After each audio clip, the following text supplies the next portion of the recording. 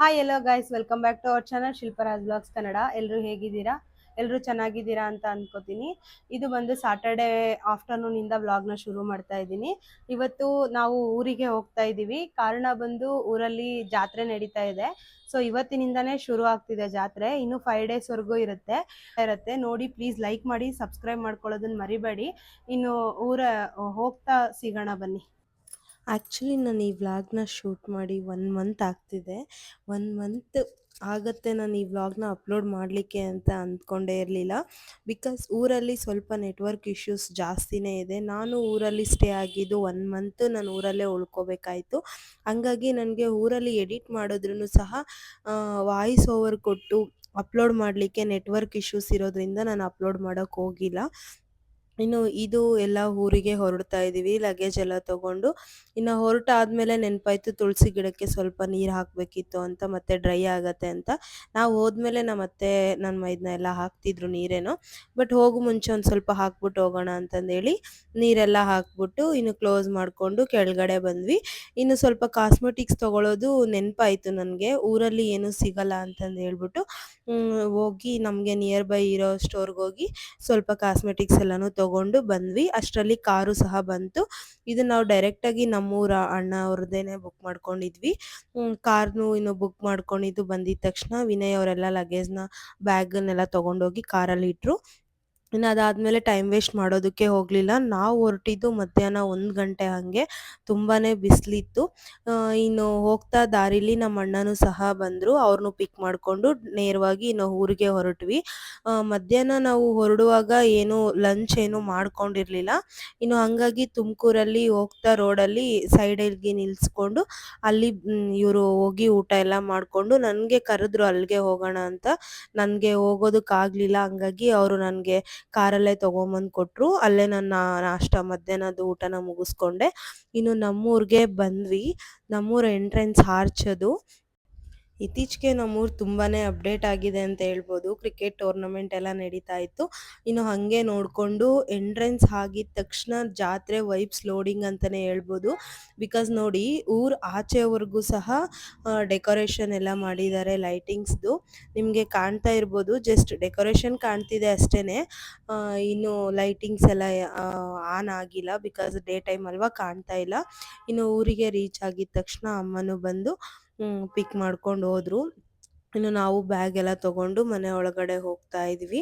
ಇನ್ನು first time ನಮ್ಮಮ್ಮ ನನಗೆ ದೃಷ್ಟಿ ತೆಗಿಯೋದಕ್ಕೆ ಅಂತಂದು ಹೇಳ್ಬಿಟ್ಟು ಸ್ವಲ್ಪ ಹೋಕ್ಲಿ ನೀರನ್ನು ಮಾಡ್ಕೊಂಡು ಬಂದರು.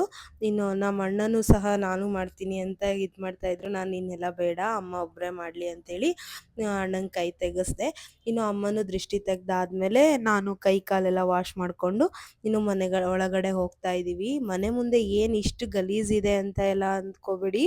ಬಿಕಾಸ್ ನಮ್ಮ ಮನೆ ಮುಂದೆ ಅರಳಿ ಮರ ಇರೋದ್ರಿಂದ ಈ ಸಮ್ಮರ್ ಸೀಸನಲ್ಲಿ ಫುಲ್ಲು ಎಲೆಗಳೆಲ್ಲ ಬಿದ್ದೋಗ್ಬಿಡುತ್ತೆ ಒಣಗಿ. ಹಂಗಾಗಿ ಅದು ಎಷ್ಟೇ ಕ್ಲೀನ್ ಮಾಡಿದ್ರೂ ಸಹ ವಿತಿನ್ ಒಂದು 2 ಅವರ್ಸಲ್ಲಿ ಮತ್ತೆ ಅದೇ ಥರನೇ ಆಗೋಗುತ್ತೆ. ಇನ್ನು ಬೆಳಗ್ಗೆ ಸಂಜೆ ಕ್ಲೀನ್ ಮಾಡ್ತೀವಿ, ಆದರೆ ಯಾವಾಗಲೂ ಅದನ್ನೇ ಕ್ಲೀನ್ ಮಾಡ್ಕೊಂಡು ಕೂರೋದಕ್ಕಂತೂ ಆಗೋದೇ ಇಲ್ಲ. ಇನ್ನು ಬಂದಿದ ತಕ್ಷಣ ಅಮ್ಮನೂ ಕಾಫಿ ಎಲ್ಲ ಮಾಡಿಕೊಟ್ರು. ಕಾಫಿ ಬ್ರೆಡ್ಡು ಎಲ್ಲ ತಿಂದ್ಕೊಂಡ್ಮೇಲೆ ನೈಟ್ ಊಟಕ್ಕೆ ಅಂತಂದು ಹೇಳ್ಬಿಟ್ಟು ಪಲ್ಯ ಮಾಡಿದ್ರು. ಪಲ್ಯನ ಜೊತೆಗೆ ಸ್ವಲ್ಪ ಚಪಾತಿನೂ ಮಾಡಿದ್ರು. ಪಲ್ಯ ಚಪಾತಿ ಅಂತಂದೇಳಿ ಮಾಡಿದ್ರು. ಇನ್ನು ಸ್ವಲ್ಪ ಮನೇಲಿ ಹಸಿ ಕಡಲೆಕಾಯಿ ಇತ್ತು, ಅದನ್ನು ಬೇಯಿಸಿದ್ರು. ಅದನ್ನು ವಿನಯ್ಗೂ ಮತ್ತು ನಮ್ಮ ಅಣ್ಣಂಗೂ ಎಲ್ಲ ಕೊಟ್ಟರು, ತಿಂತಾ ಇದ್ವಿ. ಇನ್ನು ಊಟ ಎಲ್ಲ ಮುಗಿಸ್ಕೊಂಡು ಹಾಗೆ ಇನ್ನು ಸಂಜೆ ಟೈಮ್ ಗೊತ್ತಲ್ವಾ, ಸ್ವಲ್ಪ ಹೊರಗಡೆ ಕೂತಿದ್ವಿ. ನಾನು ಅಪ್ಪ ಅಮ್ಮ ಎಲ್ಲ ಮಾತಾಡಿಕೊಂಡು ಇನ್ನು ಈ ಮರಿನೇ ತೊಗೊಂಬಂದಿರೋದು ಹಬ್ಬಕ್ಕೆ ಜಾತ್ರೆಗೆ ಬಲಿ ಕೊಡೋದಕ್ಕೆ ಅಂತ ಹೇಳಿ. ನೋಡಿ ಲೈಟಿಂಗ್ ಎಲ್ಲ ಎಷ್ಟು ಚೆನ್ನಾಗಿ ಕಾಣಿಸ್ತಿದೆ ಅಂತ. ಇನ್ನು ನಮ್ಮ ಮನೆ ಮುಂದೆ ಇರೋದು ಬಂದು ನಮ್ಮ ದೇವಸ್ಥಾನ. ಇವರು ಇಬ್ಬರು ಬಂದು ನಮ್ಮ ಅಕ್ಕನ ಮಕ್ಕಳು. ಇವ್ರ ಹತ್ರ ಹಿಂಗೆ ಏನೋ ತಮಾಷೆ ಮಾಡ್ತಾ ಇದ್ರೆ ನೋಡಿ, ಅವನು ಹೋಗಿ ನಮ್ಮ ಅಪ್ಪನ ಕೈಯೇ ಹಿಂಗಂದ. ನಮ್ಮ ಅಪ್ಪನ ಕೈಯಲ್ಲಿ ಇದ್ದಿದ್ದು ಬೀಡಿನೂ ಸಹ ಕೆಳಗೆ ಬಿದ್ದೋಯ್ತು.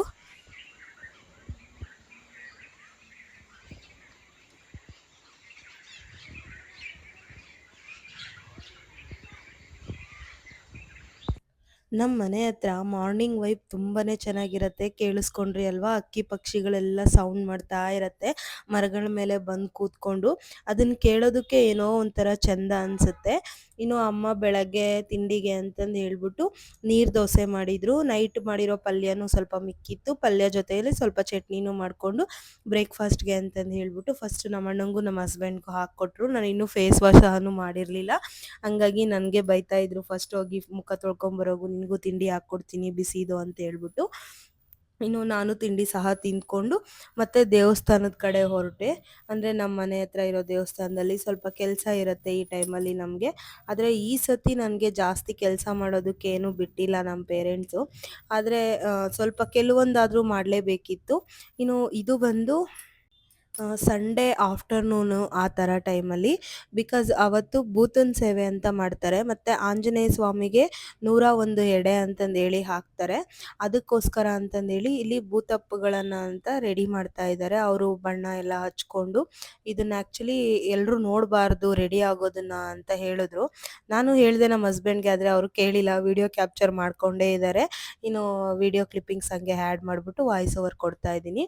ಇನ್ನು ನಮ್ಮ ಅಕ್ಕನ ಕರ್ಕೊಂಬಂದು ಜಾಸ್ತಿ ಹೊತ್ತು ಕೂತು ನಾನು ರಂಗೋಲಿ ಹಾಕೋಕ್ಕಾಗ್ತಾ ಇಲ್ಲ ಅಂತೇಳಿ ನಮ್ಮ ಅಕ್ಕನ ಕರ್ಕೊಂಬಂದು ಸ್ವಲ್ಪ ರಂಗೋಲಿ ಎಲ್ಲನೂ ಹಾಕಿಸ್ದೆ. ಇನ್ನು ಅದಾದಮೇಲೆ ಭೂತನ ಸೇವೆ ಅಂತ ಹೇಳಿದ್ನಲ್ವ, ಅದು ಇದೇನೆ. ಇನ್ನು ಇಲ್ಲಿ ಆಂಜನೇಯ ಸ್ವಾಮಿಗೂ ಸಹ 101 ಎಡೆನ ಬ್ರಾಹ್ಮಿಣ್ಸ್ ಅವರು ಯಾರು ಪೂಜೆ ಮಾಡ್ತಾರೆ ನೋಡಿ, ನಮ್ಮೂರಲ್ಲಿ ಬ್ರಾಹ್ಮಿಣ್ಸ್ ಆಂಜನೇಯ ಸ್ವಾಮಿಗೆ ಪೂಜೆ ಮಾಡ್ತಾ ಇರೋದು. ಅವರು ಎಡೆ ಎಲ್ಲನೂ ತಗೊಂಡು ಬಂದರು. ಇನ್ನು ಅದಾದಮೇಲೆ ಒಂದೊಂದಾಗಿ ಎಡೆಗೆ ಎಲೆ ಮೇಲೆ 101 ಎಡೆನ ಹಾಕ್ತಿದ್ದಾರೆ. ನಮ್ಮೂರಲ್ಲಿ ನಮಗೆ ಇನ್ನೂ ತುಂಬ ಇಷ್ಟ ಆಗೋ ಇನ್ನೊಂದು ವಿಷಯ ಏನು ಅಂದರೆ, ನಮ್ಮೂರಲ್ಲಿ ಎಷ್ಟು ದೊಡ್ಡ ಜಾತ್ರೆ ಮಾಡಿದ್ರೂ ಸಹ ಯಾವುದೇ ಥರ ಗಲಾಟೆಗಳು ಆಗೋದೇ ಇಲ್ಲ. ಬಿಕಾಸ್ ನಮ್ಮೂರಲ್ಲಿ ಇಂತಿಂಥವ್ರು ಇದಿದೆ ಕೆಲಸ ಮಾಡಬೇಕು ಅನ್ನೋದು ಕೆಲವೊಂದು ಡಿವೈಡ್ ಆಗಿರುತ್ತೆ. ಅದರಿಂದ ಅವರು ಅದರಲ್ಲಿ ಯಾರ್ಯಾರು ಯಾವ್ಯಾವ ಕೆಲಸ ಮಾಡ್ಕೊಂಡು ಹೋಗ್ಬೇಕು ನೋಡಿ, ಅದನ್ನು ಮಾಡ್ಕೊಂಡೋದ್ರೆ ಎಲ್ಲೇ ಆಗಲಿ ಯಾವುದೇ ಥರ ಜಗಳಗಳು ಆಗಲ್ಲ, ಗಲಾಟೆಗಳು ಆಗೋದೇ ಇಲ್ಲ. ಅದೇ ಥರ ನಮ್ಮೂರಲ್ಲಿ ಯಾರ್ಯಾರು ಏನೇನು ಮಾಡಬೇಕೋ ಅದನ್ನೆಲ್ಲ ಮಾಡ್ಕೊಂಡು ಹೋಗ್ತಾ ಇರ್ತಾರೆ. ಹಂಗಾಗಿ ಪ್ರಾಬ್ಲಮ್ಸೇ ಇರಲ್ಲ, ಜಗಳನೂ ಆಗಲ್ಲ. ತುಂಬ ಚೆನ್ನಾಗಿ ಜಾತ್ರೆ ನಡೆಸ್ಕೊಂಡು ಹೋಗ್ತಾರೆ. ಇನ್ನೂ ಮೇಯ್ನಾಗಿ ನಮ್ಮೂರಲ್ಲಿರೋ ದೊಡ್ಡ ಮನುಷ್ಯರಿಗೆ ತುಂಬ ರೆಸ್ಪೆಕ್ಟ್ ಕೊಡ್ತಾರೆ ನಮ್ಮೂರಲ್ಲಿ ಜನ. ಅವ್ರೇನಾದರೂ ಹೇಳಿದ್ರು, ಸ್ವಲ್ಪ ಜಗಳ ಮಾಡ್ತಾ ಇದ್ರೂ ಸಹ ಸೈಡಿಗೆ ಹೋಗ್ಬಿಡ್ತಾರೆ, ಹೆದರ್ಕೋತಾರೆ. ರೆಸ್ಪೆಕ್ಟ್ ಕೊಡ್ತಾರೆ ಅಂತ ಹೇಳ್ಬೋದು, ಹೆದರ್ಕೋತಾರೆ ಅನ್ನೋದಕ್ಕಿಂತನೂ. ಇನ್ನು ಜಾತ್ರೆ ಅಂತೂ ತುಂಬಾ ಚೆನ್ನಾಗಾಯಿತು.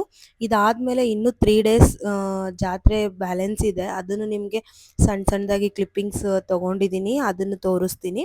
ಇನ್ನು 101 ಎಡೆ ಅಂತ ಹೇಳಿದ್ನಲ್ಲ, ಅದು ಇದೇನೆ. ಆಂಜನೇಯ ಸ್ವಾಮಿಗೆ 101 ಎಡೆನ ಹಾಕ್ತಿದ್ದಾರೆ.